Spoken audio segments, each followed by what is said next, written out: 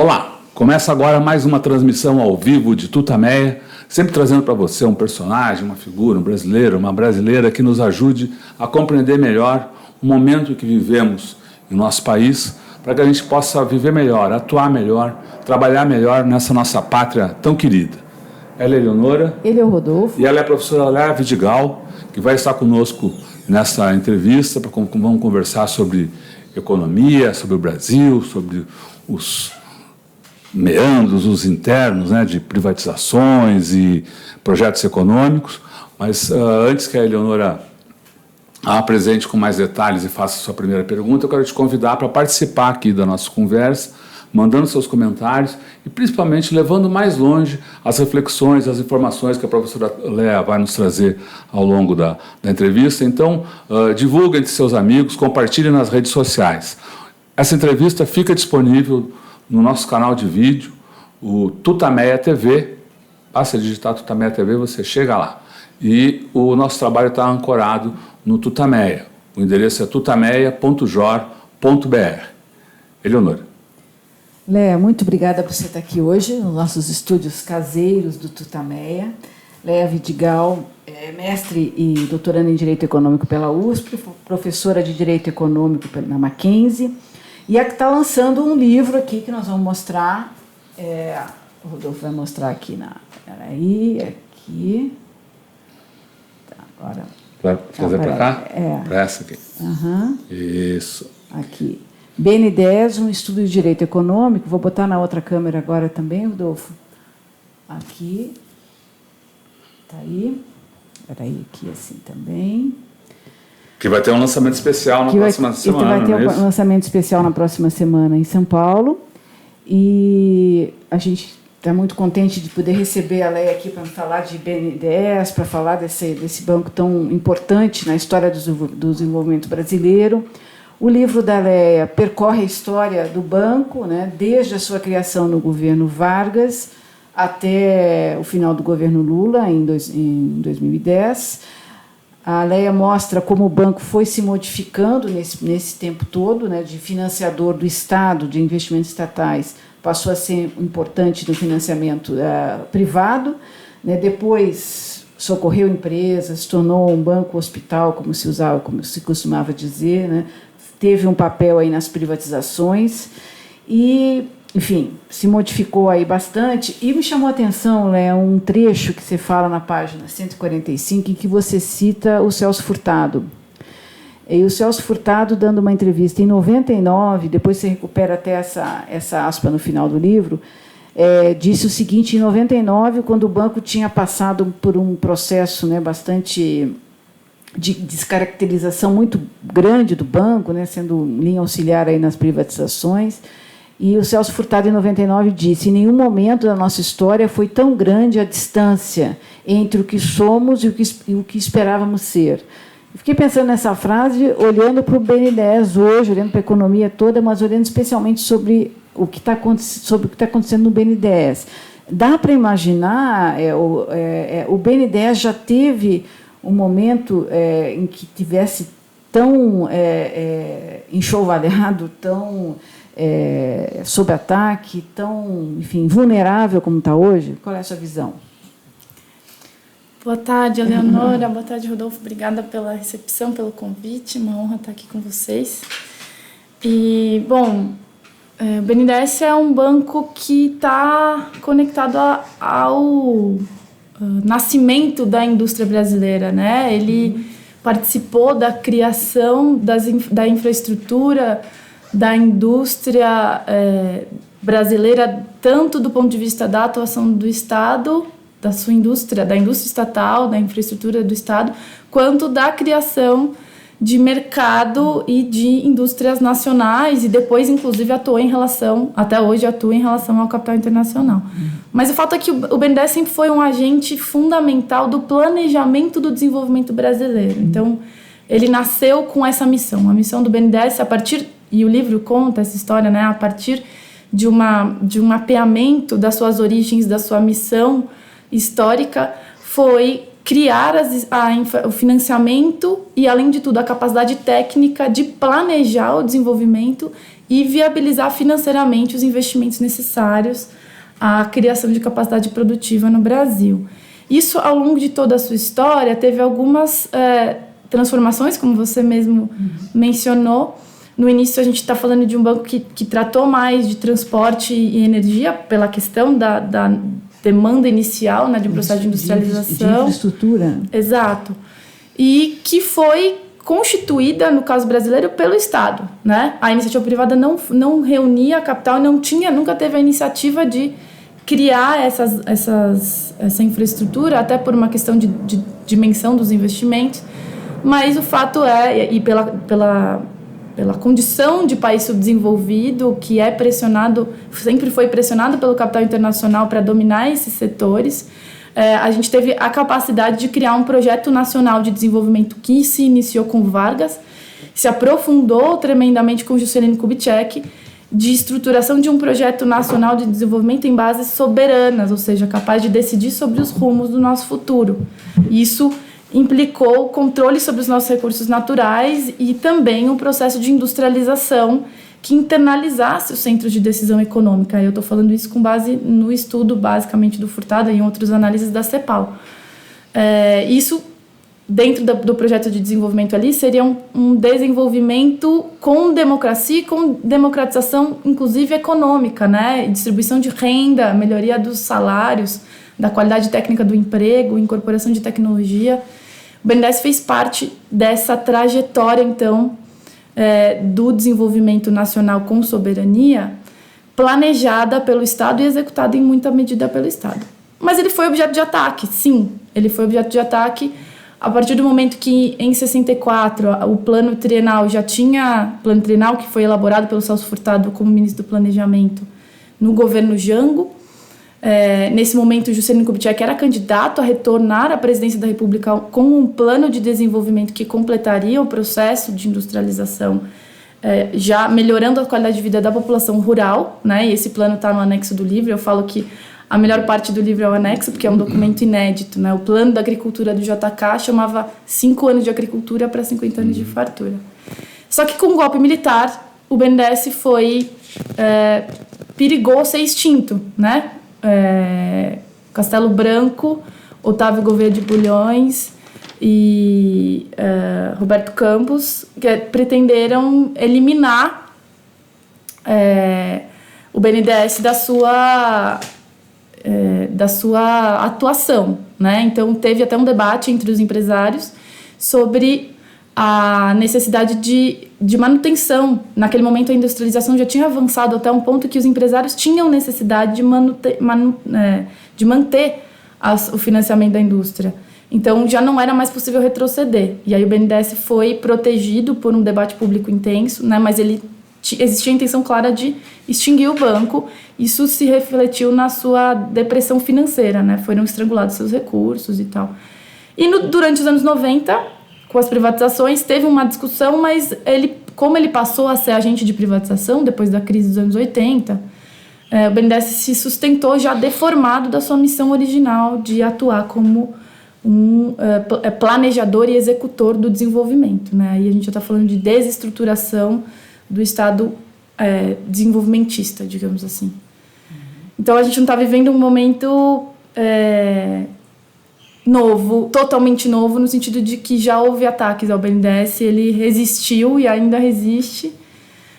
Espero que dure aí para retomar a sua missão. Acho que a sua missão foi, como a gente estava falando há pouco, ela foi desviada, a partir principalmente dos anos 80, ela foi desviada para uma missão de curto prazo, para uma perda da análise de projetos e de impacto estrutural dos investimentos sobre a economia, dos financiamentos.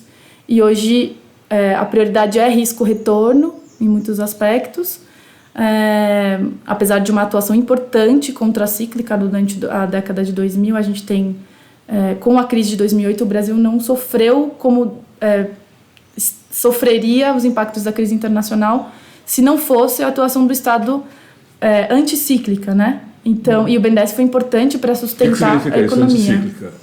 Anticíclica é a tendência da economia foi de retração. Então, a gente tem uma alta dos preços das commodities que facilitou o financiamento da economia, melhorou os preços internacionais, ou seja, viabilizou um ciclo de crescimento durante a década de 2000. Com a crise internacional de 2008, os investimentos e os preços internacionais entraram numa baixa, numa crise, e, portanto, num contexto de retração do setor privado, o BNDES atuou para estimular os investimentos. Então, o PAC, por exemplo, em 2007, foi uma atuação relevante do Estado para manter a atividade econômica, manter os investimentos, no caso da infraestrutura, em uma série de outras empresas, que sustentou o crescimento da economia, né? Ou impediu que a crise internacional contaminasse a nossa economia tão bruscamente. Isso foi importante.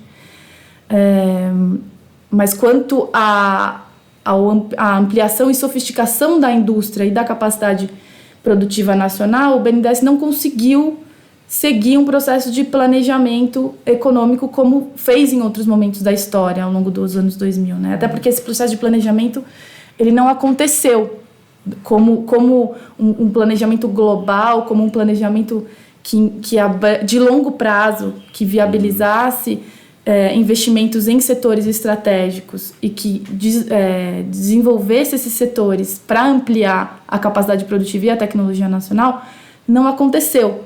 E, portanto, o BNDES não teve essa função mais, além da função anticíclica, que é a função de estimular investimentos no momento de baixa da economia. O BNDES continuou um processo de privatização, ainda que mais lento, né? Você tem a concessão de aeroportos, você tem a concessão de muitas rodovias. A privatização do Instituto de Resseguros do Brasil foi uma perda importante nesse período. Se bem que o IRB foi privatizado um pouquinho depois, tá? Em 2013, não foi exatamente no governo Lula. Mas você tem ainda essa função do BNDES não saiu, né, de privatizações. Então, a retomada da atuação do Estado na economia foi importante, fundamental. A retomada do BNDES atuando para reanimar a economia também, né? Mas do ponto de vista do desenvolvimento, não houve uma adequação da sua função de planejador, né, porque é uma capacidade técnica de planejar, e de financiador dessas metas, até porque a administração pública não criou essas metas de maneira global, senão de maneira setorial, né? Esses são estudos que o professor Wilson Cano na Unicamp também fez, o professor Carlos Lessa. A gente tem algumas... Eu me baseei bastante na pesquisa econômica da economia do desenvolvimento, né, que traz os dados, analisa com base nessa perspectiva do desenvolvimento com autonomia e com distribuição de renda. Você estava descrevendo aqui outros momentos em que o BNDES teve altos e baixos, teve sob-ataque. Agora, olhando o momento atual, com esse presidente, como é que é o nome dele mesmo? Gustavo Montesano. É um desconhecido. Eu estou pensando nos outros presidentes da história do BNDES, o próprio Carlos Lessa, que você mencionou, Luciano Coutinho, enfim. E olhando o que está acontecendo de esvaziamento, dos próprios dispêndios do BNDES, dos financiamentos, esvaziamento do banco em termos de dinheiro, né, que ele dispõe. Há uma resistência também grande, eu acho que do corpo técnico que diz alguma coisa, que está protestando. Então, esse desmonte em curso no BNDES hoje, ele não é de um patamar muito mais sério de comprometimento do próprio banco, como foi em relação ao que aconteceu no passado. Nós não estamos vivendo hoje uma dilapidação desse patrimônio que é o BNDES? Eu acho que tem um desvirtuamento muito sério, acho que tem uma falta de... Até por perda da perspectiva histórica, né, da missão do banco, do que é a dificuldade em criar estruturas industriais e infraestrutura para o desenvolvimento, que foi construída ao longo de décadas de investimento público, de planejamento, de esforço de criação de um aparato estatal eficiente, como é o BNDES. É um dos órgãos mais eficientes de diagnóstico econômico, de planejamento, de análise de projetos de desenvolvimento até hoje. Então, falta a consciência dessa construção histórica, do valor desse patrimônio nacional, para lidar com um órgão como esse. Mas, como eu disse... Falta consciência ou é um projeto de destruição simplesmente isso? Projeto de destruição? Eu acho que existe... da economia nacional, né? Certamente existem interesses por trás disso. Quais interesses? Olha, um movimento que vem acontecendo nos últimos anos é uma tendência a eliminar a capacidade de controlar as taxas do banco, né? Então, submeter as taxas, indexar as taxas a índices de mercado para eliminar, inclusive, a sua influência sobre o mercado, porque o BNDES é um banco que deve subsidiar crédito para a indústria, para a infraestrutura, para o desenvolvimento. Ele é feito para isso, essa é a missão. Então, dizer que o banco deve concorrer em pé de igualdade com bancos privados, eu prefiro chamar de falta de consciência, mas obviamente existem interesses em torno disso, ou seja, interesses em neutralizar a capacidade do banco de interferir sobre o desenvolvimento. Isso vem acontecendo há bastante tempo, mas se aprofundou interesse do capital privado, do capital financeiro privado. Então, o banco privado prefere que o BNDES não exista. Por quê? Porque um crédito subsidiado, ele obviamente é um incentivo para a indústria investir com capital financiado pelo BNDES e não pelo Bradesco. Então... Você estava falando que isso agora se aprofundou, você estava dizendo isso? Tem se aprofundado. Nos últimos anos, você teve essa flexibilização, uma tentativa de flexibilizar as taxas, né, vinculá-las a índices de mercado, justamente para trazer o custo do dinheiro do BNDES mais perto do custo do dinheiro... o fim da TJLP, mais perto do custo do dinheiro do banco privado, eliminando, assim, essa capacidade de direcionar e atrair as empresas priorizadas pelo banco, né? Isso é um dos jeitos. Uma outra proposta, tentativa de privatizar a gestão dos recursos, que são recursos públicos, né? Então, na verdade, é uma tomada desses recursos públicos por um sistema privado bancário. E uma das grandes tentativas a gente tem um sistema de bancos repassadores hoje, principalmente da Finame, mas de outros financiamentos também. Finame é financiamento de equipamentos e máquinas, mas também de outras linhas de crédito do BNDES, pela qual a rede de bancos privada, ela faz o contrato de financiamento mediante disposições do BNDES que podem ser alteradas a qualquer tempo e critérios que o BNDES estrutura. E houve um debate, principalmente em 2016 e para frente, sobre uma intenção de tornar o critério de concessão do financiamento do banco repassador. Então, o Itaú, quando vai repassar dinheiro do BNDES, ele poderia fazer a seu exclusivo critério. Isso é uma privatização de dinheiro público, você está eliminando a tecnologia de financiamento do desenvolvimento completamente, porque você não tem análise de impacto daquilo na indústria, análise de... Geração de emprego. De investimento, capital fixo, longo prazo, tecnologia, controle. Controle. Então, qual o capital que está controlando a empresa financiada? Isso é uma distinção que se perdeu e, hoje em dia, o BNDES financia indistintamente capital nacional e capital internacional. A mudança no governo Fernando Henrique. Essa foi no governo Fernando Henrique, mas essa privatização dos recursos está sendo feita de maneira supostamente técnica, sob um discurso de melhorar a eficiência da distribuição de recursos. A gente periga pegar o dinheiro público e colocar na mão do Itaú de graça, certo? Mediante uma taxa ou a critério dos bancos privados. Então, existem interesses na reorganização, na remodelação da atuação do banco, que avançam e recuam conforme a história, e a gente está num momento, de fato, de desarticulação da capacidade do banco de financiar e projetar o desenvolvimento, que é uma capacidade fundamental. Que elementos você tem para dizer isso em relação ao governo? Que medidas que esse governo tomou ou deixou de tomar que permitem esse diagnóstico aí de desarticulação da capacidade? Então, a gente acabou de ver a notícia, se não me engano, na semana passada, foram 9 empresas colocadas no plano de privatização, né? Parcerias e investimentos.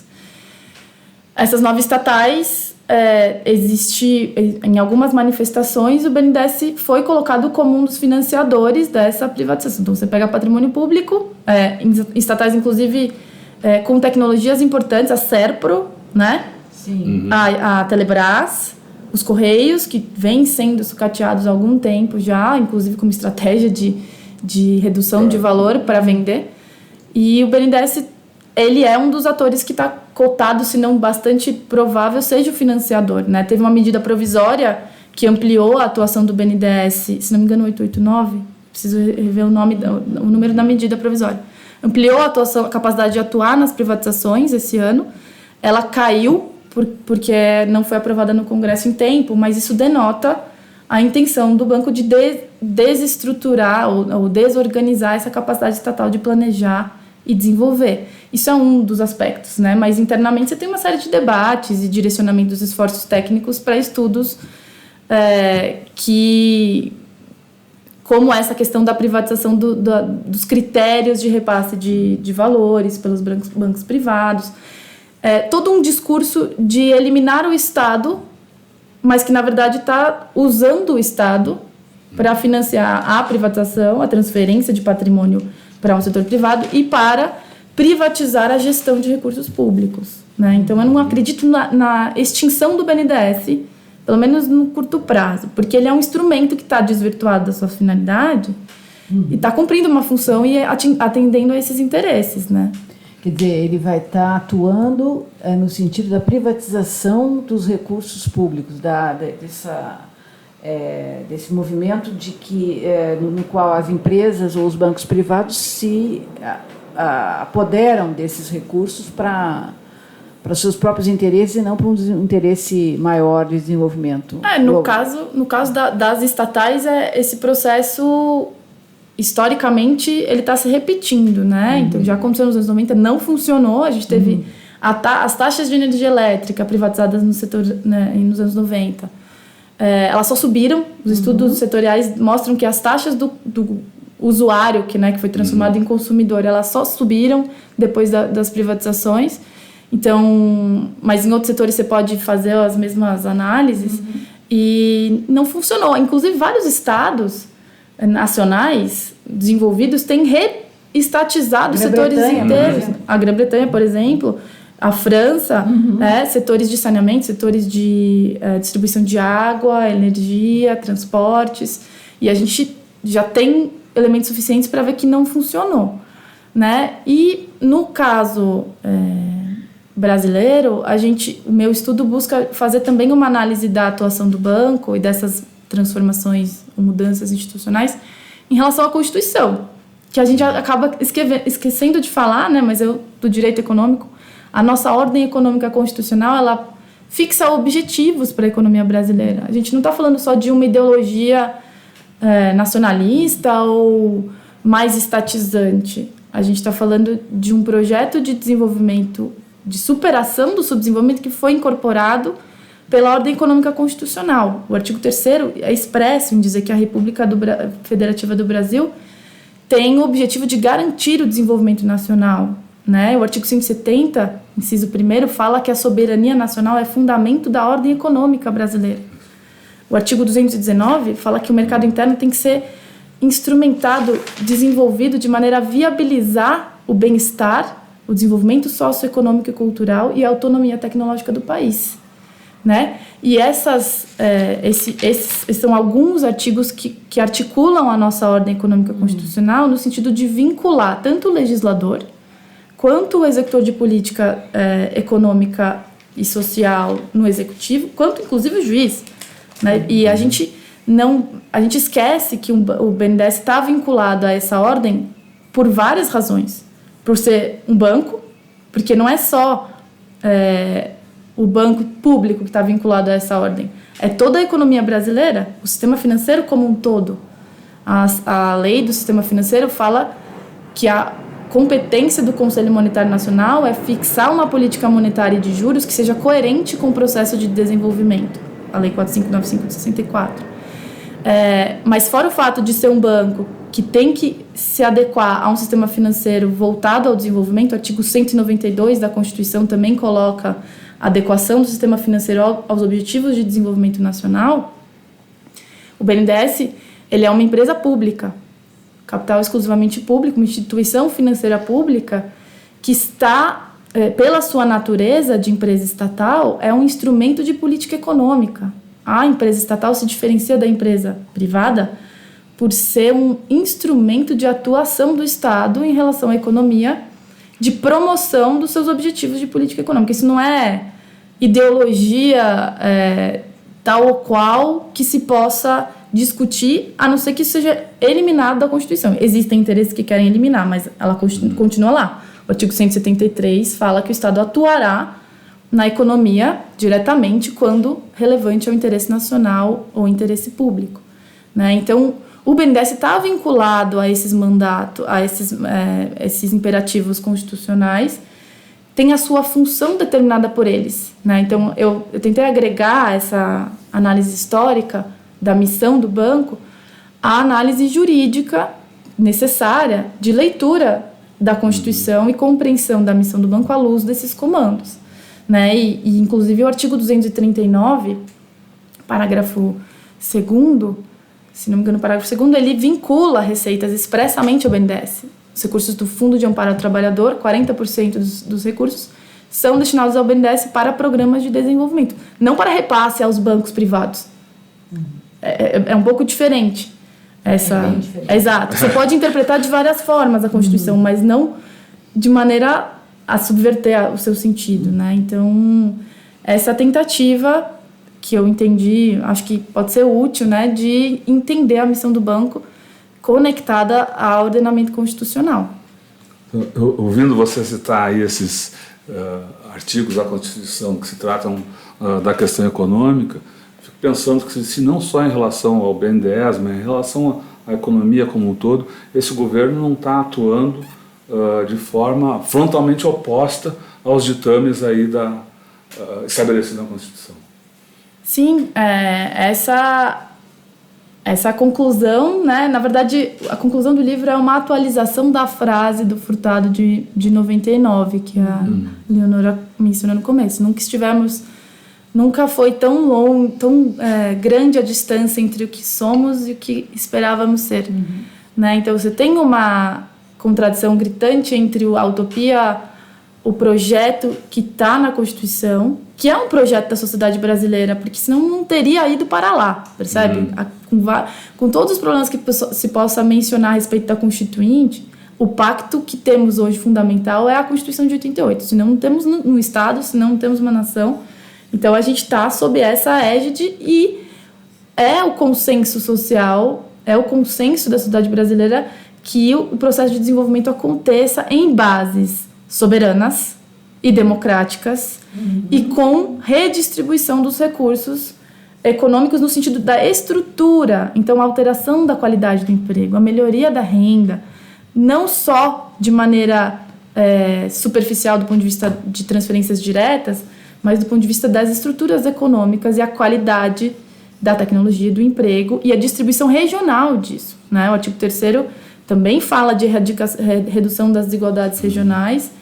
O artigo 174 é bastante importante. Ele obriga o Estado a planejar o desenvolvimento. O Estado, como agente normativo e regulador das atividades econômicas, exercerá a função de planejamento, entre outras. Planejamento do desenvolvimento, né? E porque justamente está no artigo 3º e no 170. Um exemplo eloquente dessa inadequação da realidade em relação à Constituição é que o parágrafo 1º do artigo 174, ele diz que uma lei estabelecerá as estruturas do planejamento no Brasil. A Constituição é de 88. E essa lei não foi editada até hoje. Desde do período militar, não existe uma legislação que organize o processo de planejamento no Brasil, um órgão competente para tal, com capacidade técnica, com capacidade financeira, e houve um processo de redução do processo de planejamento ao que a gente chama de mero orçamento. Inclusive, o Ministério do Planejamento, Orçamento e Gestão, nos anos 90, foi transformado em Orçamento e Gestão. De planejamento não tem nada, senão elaboração orçamentária, né?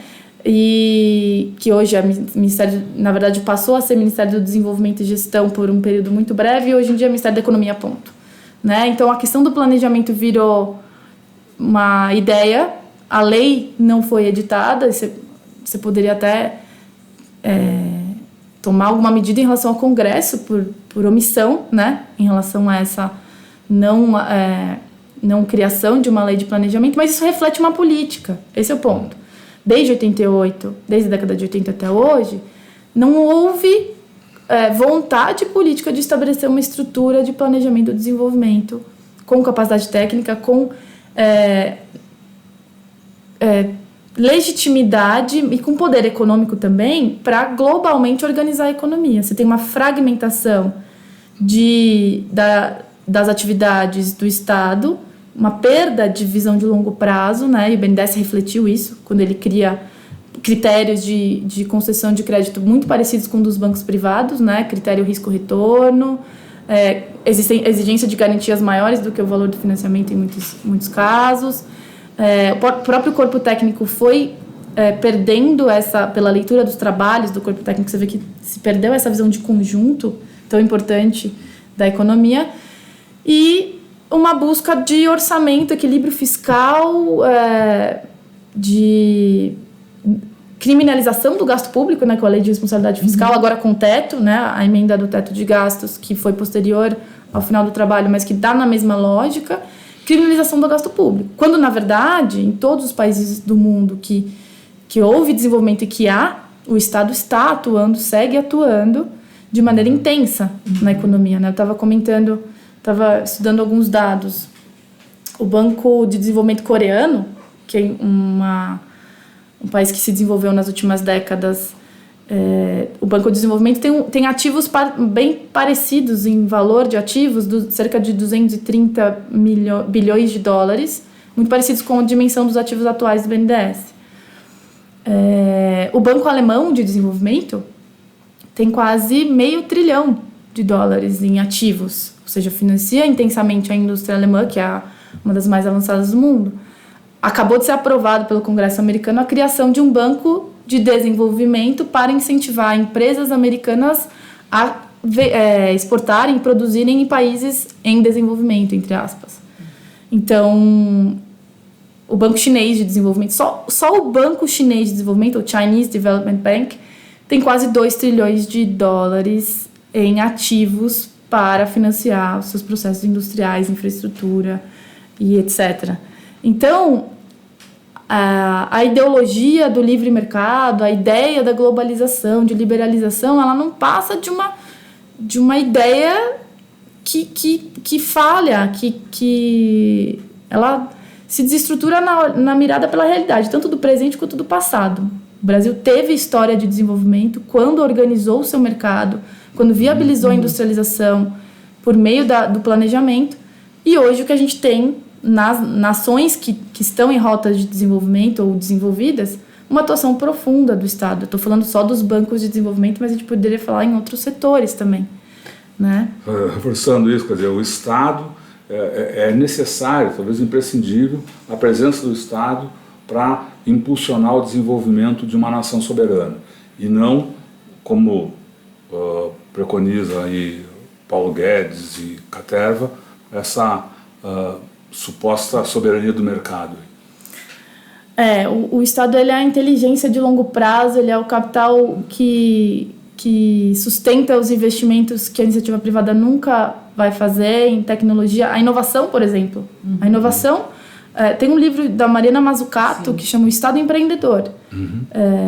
Eu sempre discuto com os meus alunos como o iPhone foi inventado pelo Estado americano. A DARPA, Agência de Projetos Avançada de Defesa Americana, ela cria as tecnologias com orçamento da defesa, né? Tecnologias que hoje você pode considerar risco à vida de muita gente, mas que eles não têm dúvida em avançar nas suas pesquisas.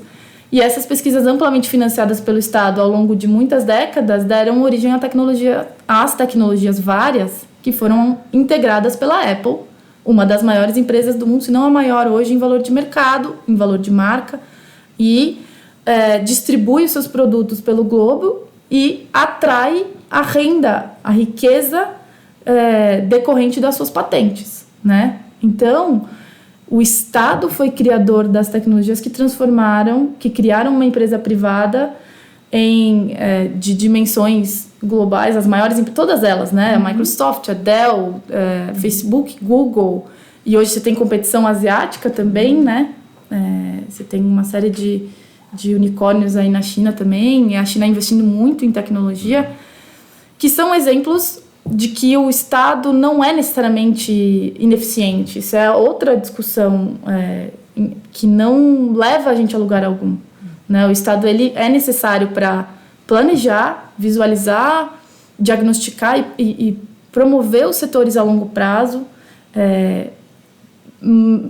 garantir que o setor privado, inclusive, saiba onde serão esses investimentos e possa se planejar, o que é uma prática bastante utilizada no mundo inteiro, e que isso aconteça de maneira harmoniosa. Não é incompatível o Estado e o mercado. Pelo contrário, o Estado e o mercado são faces da mesma moeda, desde o mercantilismo até hoje, né? Passando pela OMC, que se a OMC não é uma criação de uma estratégia estatal ou de vários estados nacionais de organização da propriedade intelectual e dos fluxos de comércio. Não há instituição jurídica que seja fora da política, né? Então, o Estado ele é um promotor de estratégias nacionais. No nosso caso, a gente abdicou da estratégia nacional e, portanto, o Estado está sem função, né? Uma boa parte por interesses econômicos no patrimonialismo, em se utilizar das estruturas do Estado. Uma outra, porque a gente discute pouco essa questão da adequação à Constituição, da ordem econômica. Acho que isso é um estudo importante no direito, né? Eu falo do direito. A gente fica muito preso na dogmática. Então, o direito administrativo, o direito comercial, o direito do consumidor, os setores fragmentados, mas a gente perde a visão de conjunto, que o direito econômico retoma. Fala, ok, então uma empresa estatal se organiza segundo as leis da administração pública. E qual é a função dela? A função dela é seguir o artigo 173, o 170 e o 219 da Constituição. Ela tem uma missão como instrumento de política econômica, né? Então, o que está sendo feito hoje pelo governo Bolsonaro no Brasil, tentando, assim, ver se eu consigo dar uma condensada no que você está falando, fere a Constituição, né? Vai de encontro a tudo que está sendo feito no mundo em termos de desenvolvimento, né? E, pelo que a gente viu hoje no jornal, vai de encontro também vai contra a própria percepção da população brasileira, que não quer a privatização, que defende as estatais, pela pesquisa divulgada hoje pelo Datafolha. Então, é contra o que está sendo feito no mundo, na história e hoje, né? É contra a Constituição e é contra a vontade da população. Como se sustenta? Como sustentar isso? Como é que... E é interessante que a gente tenha um pouco de consciência de que o patrimônio público é patrimônio do povo, não é do Estado. O Estado é um instrumento de promoção dos interesses do povo, das pessoas, né? Não é do consumidor, que já é visto como uma parte do mercado. A gente está falando de pessoas, de cidadãos, certo? Então, essa consciência é importante. Eu acho que debater as funções de cada uma dessas instituições. Uma Caixa Econômica Federal, por exemplo, ela financia a casa própria, a habitação, um programa de habitação que muitas vezes não vai ser financiado pelo setor privado, né? Há juros que uma pessoa que tem uma renda, como a maioria da população brasileira, de um salário mínimo, não vai conseguir pagar nem uma vida, nem duas, certo? Então, a Caixa serve a esse propósito, de dar casa e também de dar, por exemplo, uma conta bancária, uma poupança. Você chega com RG hoje na Caixa Econômica Federal, abre uma conta poupança para receber salário, que no Itaú você não consegue, no banco privado você não consegue. Por quê? Porque a função da Caixa é dar acesso a essa poupança para que o trabalhador possa receber o seu salário, certo? E isso no interior do país, no norte, no nordeste, em regiões em que o banco privado não tem lucro, está a Caixa Econômica Federal, patrimônio nacional.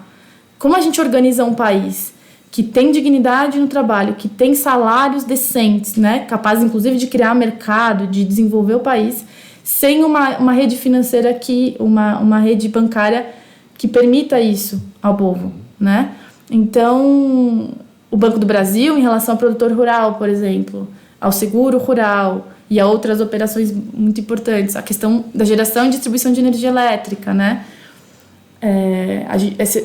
Esses setores não podem ficar à mercê das decisões do mercado e muitas vezes do controle internacional.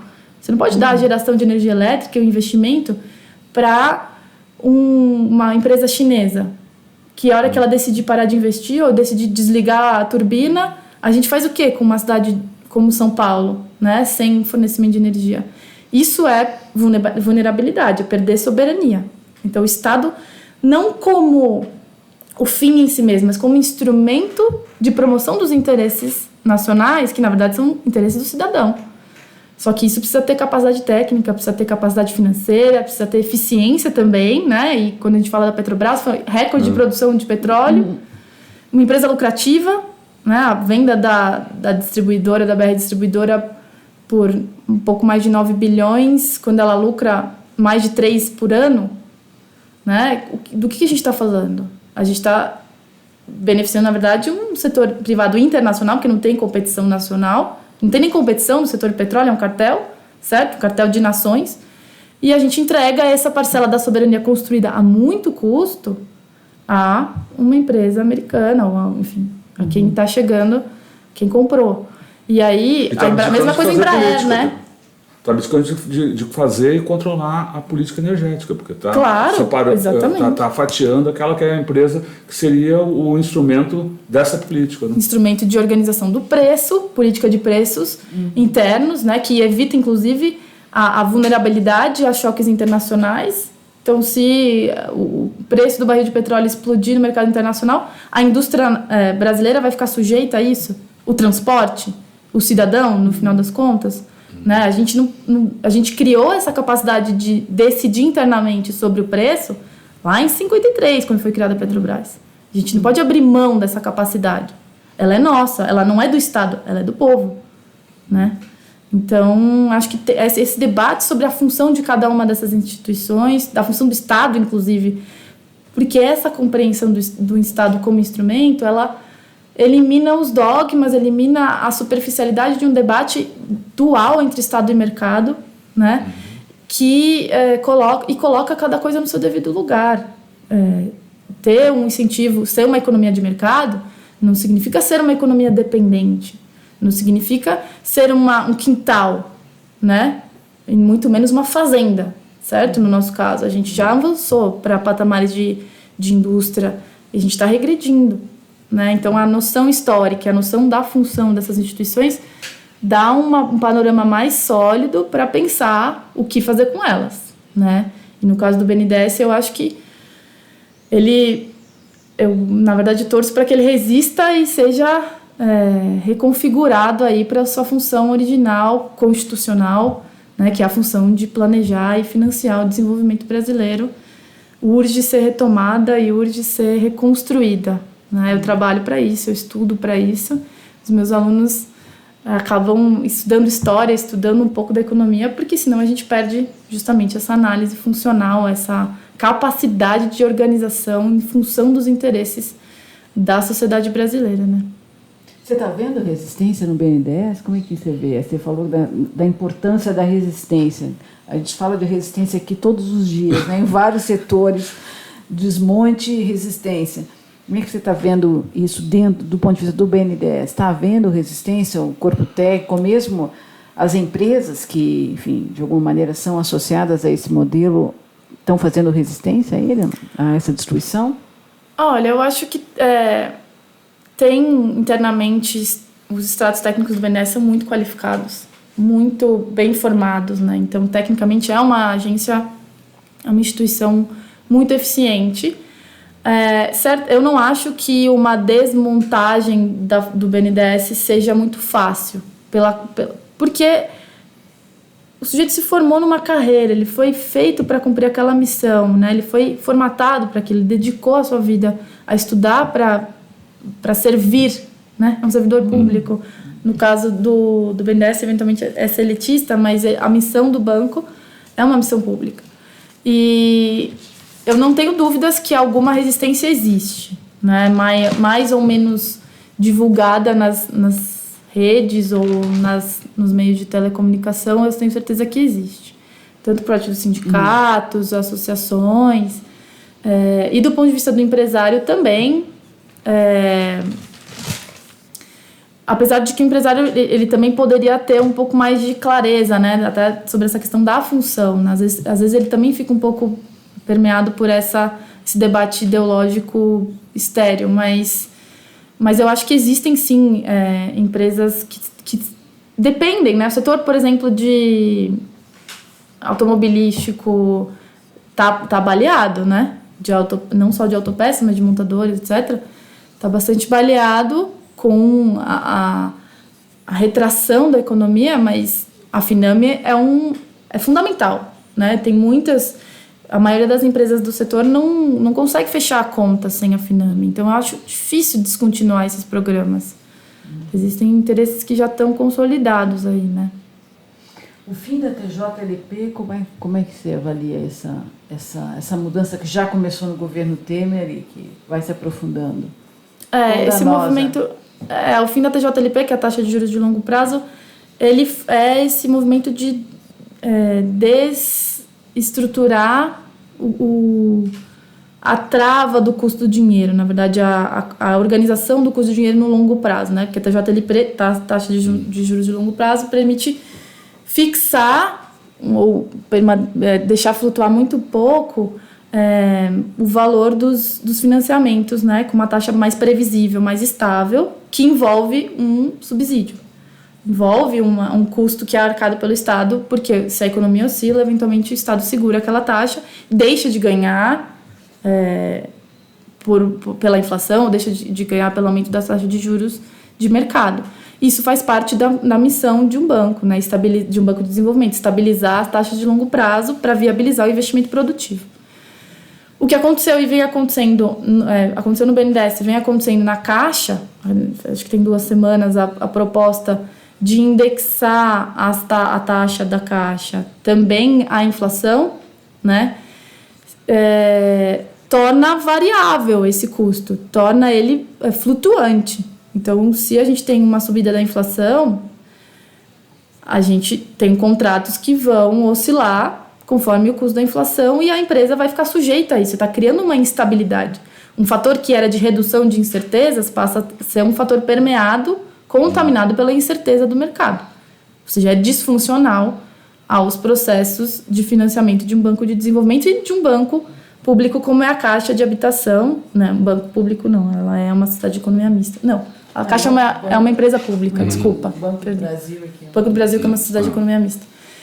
Enfim, de bancos públicos que têm essa missão, estabilizar a incerteza financeira interna, viabilizar o investimento tanto das construtoras, quanto, no caso da Caixa, quanto das famílias, no caso do BNDES, da indústria, de diversos setores de infraestrutura, para que esses investimentos possam ser imobilizados e percorrer o seu ciclo sem a instabilidade típica da oscilação dos juros ou da oscilação da inflação, no caso do IPCA, né? Então, é uma desestruturação dentro dos contratos, né? A taxa de juros variando com o mercado. Eu acho, assim, na época, acho que o Carlos Lessa escreveu, né? Denunciando essa questão. Tem outros autores que também mencionam. O próprio Paulo Rabelo de Castro foi contra essa medida no BNDES. E na Caixa, algumas consultorias fizeram estudos de custo, um financiamento só pela atualização pela inflação já fica 40% mais caro por conta dessa variação do índice, né? E isso é colocado para o consumidor, na verdade para o usuário, como uma vantagem que vai reduzir o custo no curto prazo. Então, a primeira parcela vai ser mais barata. Você vai pagar uma parcela mais barata. Mas a instabilidade dessa parcela, ele não conhece, ele não calcula. Ele não faz essa conta, né? Quem faz essa conta? Então, do ponto de vista do beneficiário dessa política, acho que tem uma responsabilidade aí também na divulgação desses programas que parece que vai facilitar, mas na verdade está encarecendo esse financiamento. Bom, queria pegar um pouco de história, né? O seu livro, como a Leonora pontuou logo no início, né? Ele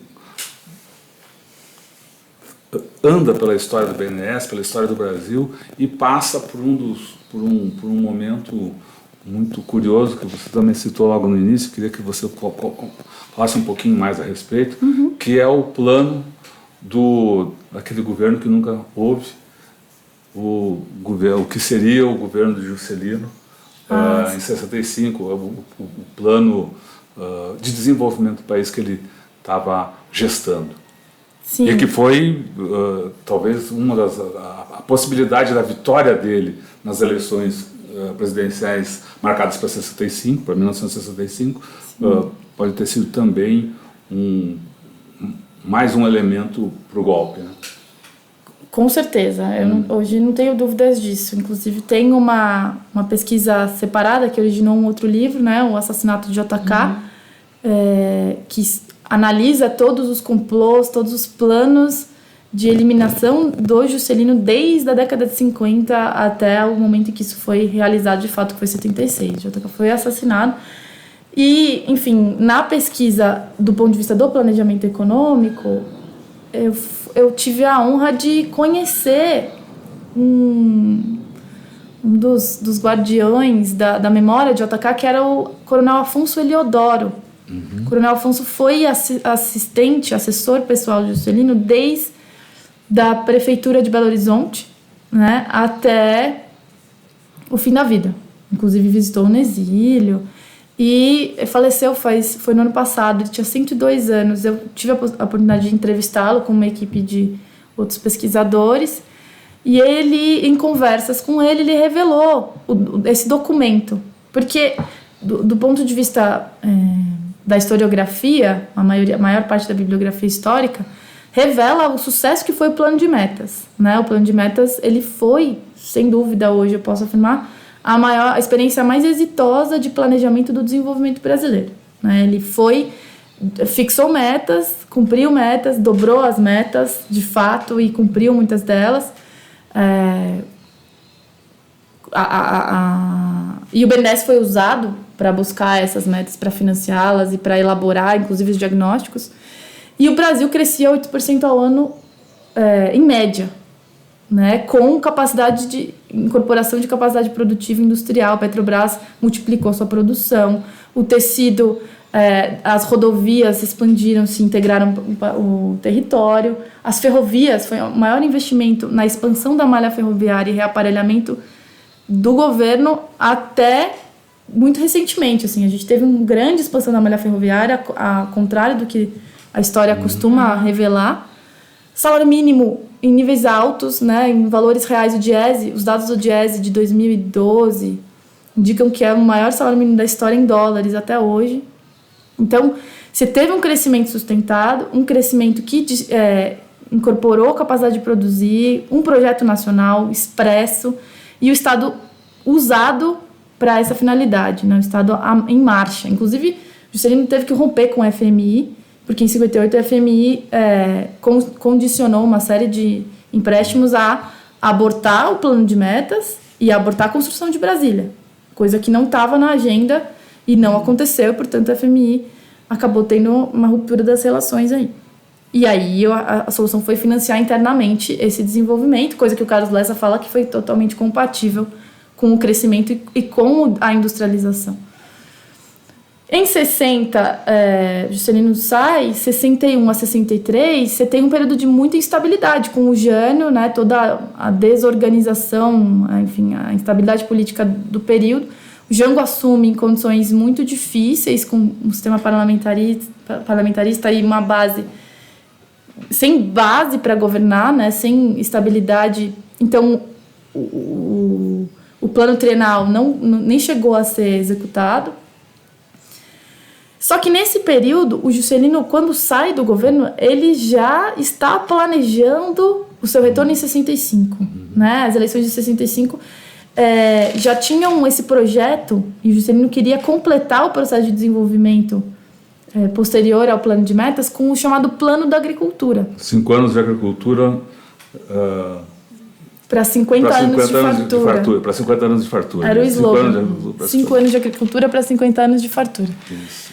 Que pretendia construir um planejamento do setor urbano, na verdade não só agrícola, na expansão de capacidade de produzir bens de capital agrícola, fertilizantes, enfim, todos os insumos da indústria, para ampliar a produção, mas também voltada a produzir alimentos, né?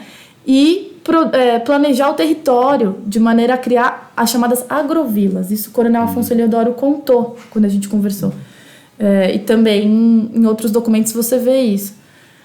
Que são as agrovilas? São as cidades do interior, cidades com produção majoritariamente agrícola, que tinham estrutura, serviços, emprego, inclusive indústria, mas que retinham as pessoas que habitam, que nascem naquelas regiões e permitem que tenha emprego, que tenha formação, né? Então educação, cultura, todo um planejamento de acesso à cultura, teatro, cinema, etc., que viabiliza as condições de vida mais igualitárias, também em relação a salários, né? Então ele fala expressamente no plano, documento que está no anexo do livro, em melhorar o salário do trabalhador rural e as condições, a proteção ao trabalho que tinha sido feito com o trabalhador urbano, o assalariado da indústria, e melhorar também a produção e a produtividade, que foi um salto feito pelo Delfim posteriormente, mas com um projeto social, na verdade um projeto antissocial, né, de concentração de renda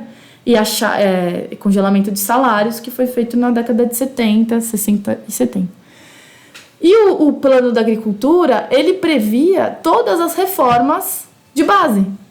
Então, a reforma universitária, a reforma agrária, a reforma financeira do Estado, a reforma bancária, reforma tributária, que eram todos entraves à adequação do Estado ao processo de desenvolvimento que se complexificava e se ampliava, e às estruturas sociais que precisavam ser atendidas, na verdade, né? Uma estrutura financeira, uma estrutura tributária que totalmente inadequada do ponto de vista da arrecadação e do ponto de vista da capacidade contributiva, né? Então, até hoje, os impostos indiretos oneram mais o grupo de menor renda.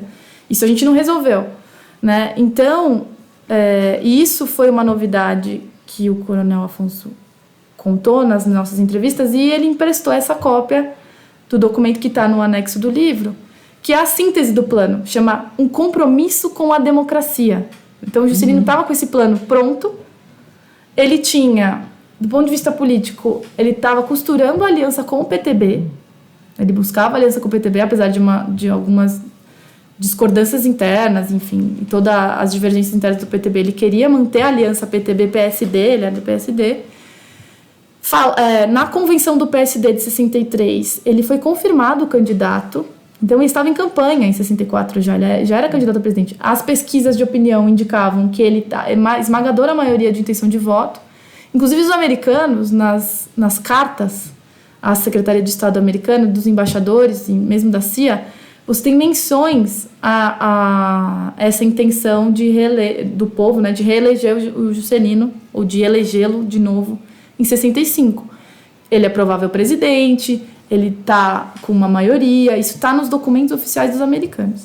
Isso é apontado como um risco. Isso é apontado como uma tendência a que os Estados Unidos perdesse o controle do processo político brasileiro. Né? Tem, inclusive, um dos documentos que está no outro livro sobre o assassinato, em que os americanos falam, olha, a convenção do PSD confirmou que ele é presidente, e ele falou em reforma agrária de novo. Ele falou essa palavra. O que é reforma agrária? É capitalismo. A reforma agrária é viabilizar a produção agrícola para o mercado interno, para exportar com condições dignas para o produtor, com acesso à terra produtiva, né? Não especulativa. E isso era um dos caminhos necessários no período. Isso assustou, de novo, os americanos falaram, não, isso aqui não pode acontecer. Então, o golpe, né, você tem em abril, alguns meses depois da confirmação do Juscelino como candidato a presidente, fortíssimo, certo candidato em 65, você tem um golpe que não foi só contra o Jango. Foi muito contra o Juscelino. Foi contra o FMI, não queria que o plano de metas acontecesse. Aliás, o Juscelino, a UDN e os americanos já não queriam que o Juscelino fosse eleito. Se eleito da primeira vez, que não tomasse posse. Se tomasse posse, que não governasse. Lembra dessa história? O Getúlio. Em relação ao JK também. Também. Existe essa conversa no período do JK também. E isso perdurou desde 55. Ele enfrentou duas revoltas militares, Aragarças e Jacareacanga, uma instabilidade gigantesca, e conseguiu fazer o plano de metas. Agora, em 65, eles falaram, se esse sujeito entrar de novo no governo, a gente perde totalmente o controle de uma economia que está, de fato, se desenvolvendo e está caminhando para ser soberana. Então, o golpe não foi só contra o Jango, ele foi bastante contra o Juscelino. E aí você tem uma série de complôs, monitoramento. Ele foi monitorado durante o exílio, durante todo o período militar. Ele foi um dos primeiros a serem caçados, né, por 10 anos, direitos políticos caçados. Ele foi monitorado pela Polícia Secreta Francesa, pelo Estado português em cooperação com os militares. A todo tempo os americanos sabiam onde ele estava no planeta, se ele estava dando uma palestra nos Estados Unidos, se ele estava em casa, se ele estava conversando com alguém, eles sabiam, porque ele era um perigo de volta de um projeto nacional, de um projeto autônomo, e até que ele foi assassinado em 76, mas isso é o assunto do outro livro. Não, mas aí você está lembrando do assassinato, quer dizer, nesse meio tempo ele se articulou justamente com o Jango. Sim, e com o Carlos na frente Lacerda, ampla, né, adversários imensos, né, para a frente ampla, e após essa costura que não foi para frente, tanto o Carlos Lacerda quanto o Jango e o Juscelino, todos morrem mais ou menos na mesma... E espírito da frente ampla, quer dizer, unindo antigos adversários, mas, enfim, em torno de um projeto, na verdade, de defesa da democracia e defesa da soberania nacional, parece que está inspirando pessoas hoje defendendo ideias semelhantes, né, para enfrentar o governo de Bolsonaro, que ataca exatamente duas palavras, dois conceitos que são duas coisas também, coisas bem concretas, a soberania e a democracia, né? Os argumentos espantalhos criados na época era a ideologia do comunismo e a corrupção, né? Então foi um assassinato de reputação que foi feito com o JK, né?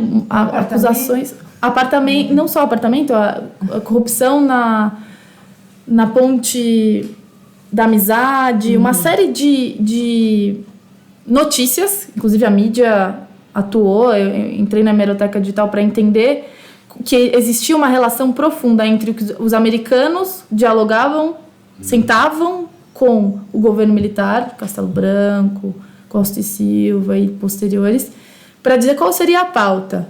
A pauta era queimar a reputação de JK. E quais seriam os temas? Corrupção e comunismo. E aí lançaram-se, de um lado, uma máquina de mentiras na mídia, que criou...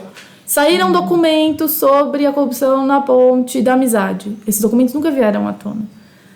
Comprovado que o apartamento do Rio de Janeiro foi fruto de uma negociata. Nunca saiu o documento. Não teve nenhuma condenação, nenhuma prova de corrupção que viesse à tona ao longo de toda a história. 2, a criação de inquéritos policiais militares, né? Inquéritos acusando de comunismo, em que o Juscelino, que já tinha uma idade avançada, era obrigado a depor por horas, a fio, exaustivo, vexatório, para um presidente da República, tratado como lixo, né? E tudo isso foi instrumentado para criar uma imagem que até hoje a gente vê nos livros de história de corrupto, tanto pela esquerda quanto pela direita, vou te falar, porque do ponto de vista da esquerda eu vejo, foi uma atração do capital internacional para priorizar o modal rodoviário e privilegiar, portanto, a indústria automobilística multinacional. Quando, na verdade, como disse, o investimento em ferrovias foi um dos maiores até hoje, né, na expansão ferroviária. Quando você tem um tecido industrial da indústria de autopeças, que foi criado a partir da demanda da indústria automobilística e criou uma indústria nacional. O ABCD toda a educação técnica, toda a indústria, a formação de quadros e as empresas brasileiras que foram criadas a partir da demanda da indústria automobilística foi estratégia do governo JK, do plano de metas. Isso o próprio Furtado fala na entrevista, mesma entrevista lá acho que é uma de 75. E do outro lado, do lado da direita, você fala, não, ele é um comunista, um gastador, quebrou o Brasil, inflação, dívida externa, Brasília quebrou o país. E isso não é verdade. Se você vê os dados, o endividamento externo descontrolado, galopante, aconteceu de 64 para frente, de 66 mais precisamente para frente. Isso, dados que eu posso fornecer até, são muito claros. E, ao mesmo tempo, a questão inflacionária. Algum grau de inflação em uma economia que se reformula estruturalmente em 5 anos é normal, é natural e coerente com o grau de industrialização e crescimento, que é o que o Lessa fala. Agora, o descontrole inflacionário aconteceu depois. O endividamento externo, esse controle inflacionário aconteceu depois. Então, todas essas teses, essas mentiras, elas foram jogadas a público, elas foram parar na mídia, mas também nos livros de história, que foram muito organizados no regime militar. A história econômica foi bastante manipulada nesse período, né? Então a gente tem esses preconceitos que a gente não sabe nem de onde vem, mas eles estão arraigados. E a gente começa a ter vergonha de olhar para a nossa história e falar que teve um Juscelino Kubitschek, teve um Getúlio Vargas, que tudo que a gente tem hoje é porque eles existiram. A maioria, não é tudo, mas a maioria, a CNPq, a Embrapa. A Embrapa é depois, desculpa. A Embrapa é 76. A Petrobras. O BNDES. O BNDES, né? Toda a siderurgia que hoje privatizou, a Vale privatizou, a Embraer.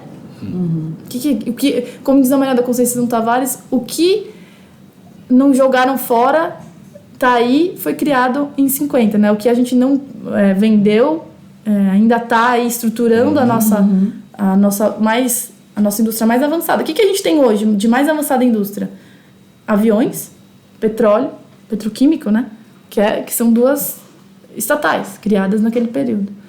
Então, a gente precisa refazer um pouco essa construção, mesmo à esquerda, porque a gente tem medo de falar em nacional, a gente não honra a construção desses nossos antepassados, desses nossos pais, né, no sentido de fundadores do desenvolvimento, e, portanto, a gente tem críticas a fazer, tem que ter mesmo, são momentos históricos diferentes e que a gente precisa avançar em relação a pautas de gênero, em relação a pauta ambiental, em relação a uma série de questões que surgiram, na verdade não surgiram, sempre existiram, mas hoje a gente não pode mais ignorá-las e tem que avançar em relação a elas, né? Mas a gente tem que honrar o patrimônio que a gente recebe, senão a gente corre risco de desvalorizar isso e perder a noção da função, perder inclusive esse próprio patrimônio, deixar que aconteça essa venda barata, né, ou essa entrega, essa perda de soberania, em resumo, perda de autonomia em relação ao nosso futuro. Eu falo para os meus alunos,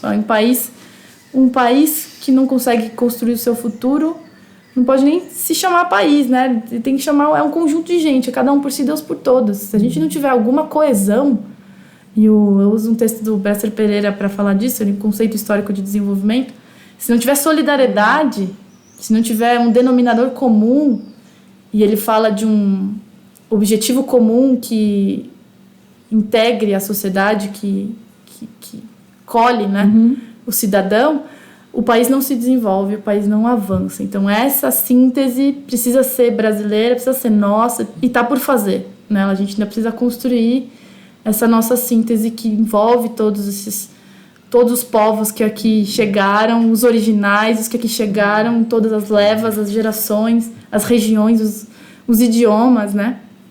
A gente tem que fazer essa síntese para conseguir avançar. Sem isso, a gente vai patinar. E eu acho que a gente está patinando. Mas eu confio que a gente tem condições de construir isso. Assim. Eu ainda não joguei a toalha.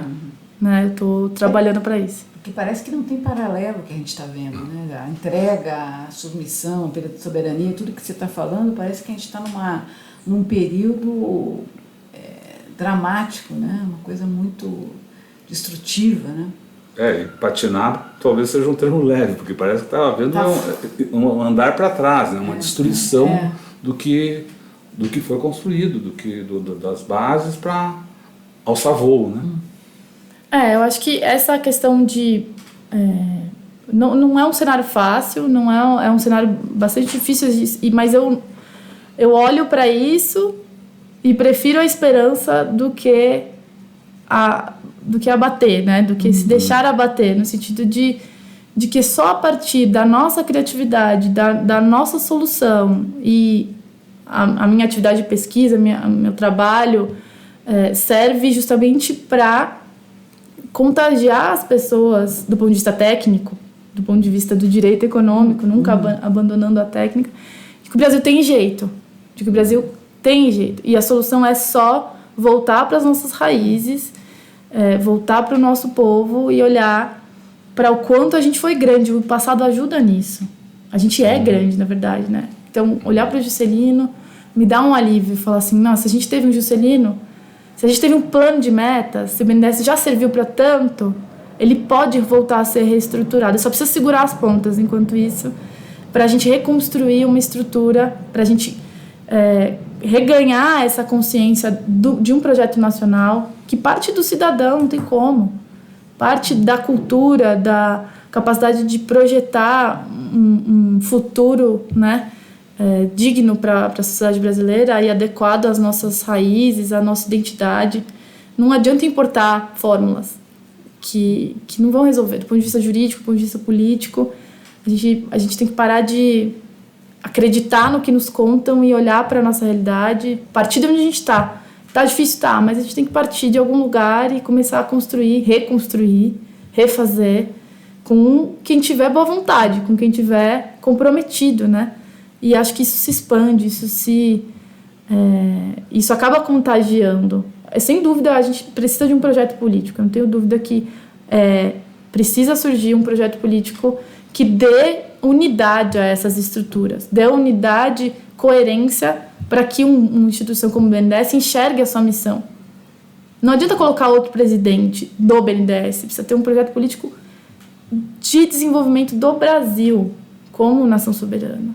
Porque senão isso aqui vai continuar rodando em falso, desconectado de objetivos maiores, né? Eu acho que, sem dúvida, a gente olhar para a história, a gente ter esperança no futuro é fundamental, assim. Como eu consigo, né? Como eu faço. Legal.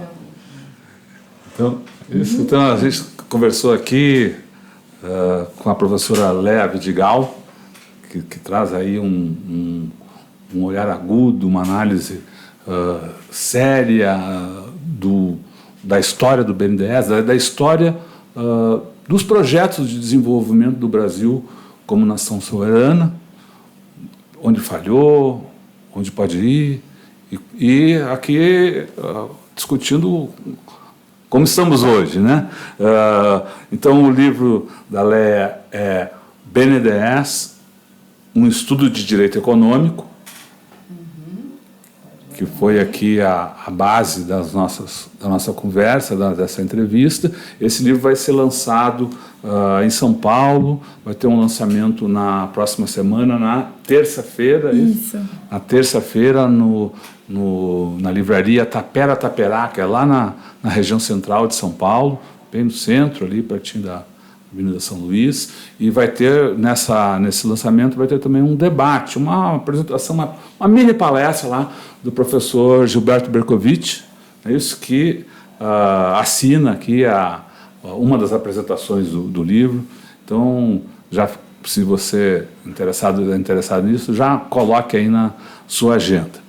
Bom, antes da gente se encaminhar para o final, gostaríamos de pedir para a Léa que dê sua mensagem aí para os internautas, para quem nos acompanhou, para quem vai assistir aí a sua fala, essa entrevista no YouTube, também no canal Tutameia TV. Obrigada, Rodolfo. Obrigada, Leonora. Fico muito honrada de conseguir falar desse assunto tão importante para o Brasil, importante para a sociedade brasileira, para a economia, né, que é o BNDES e o planejamento. E eu fico aberta a discutir os temas que a gente abordou aqui. Eu não sei se vieram questões. Eu gostaria de continuar essa conversa, que é o que faz a gente melhorar como pessoas, como técnicos, como profissionais e pensadores do Brasil que a gente quer. Então, eu fico à disposição para continuar conversando e construindo esse país soberano, esse país democrático, esse país desenvolvido que a gente busca há algum tempo já e que a gente consegue construir se tiver força de vontade, se tiver trabalho e se tiver a reunião de todo o nosso potencial brasileiro junto com um debate público amplo, com a democracia e com comprometimento. Muito obrigada a vocês, eu estou à disposição.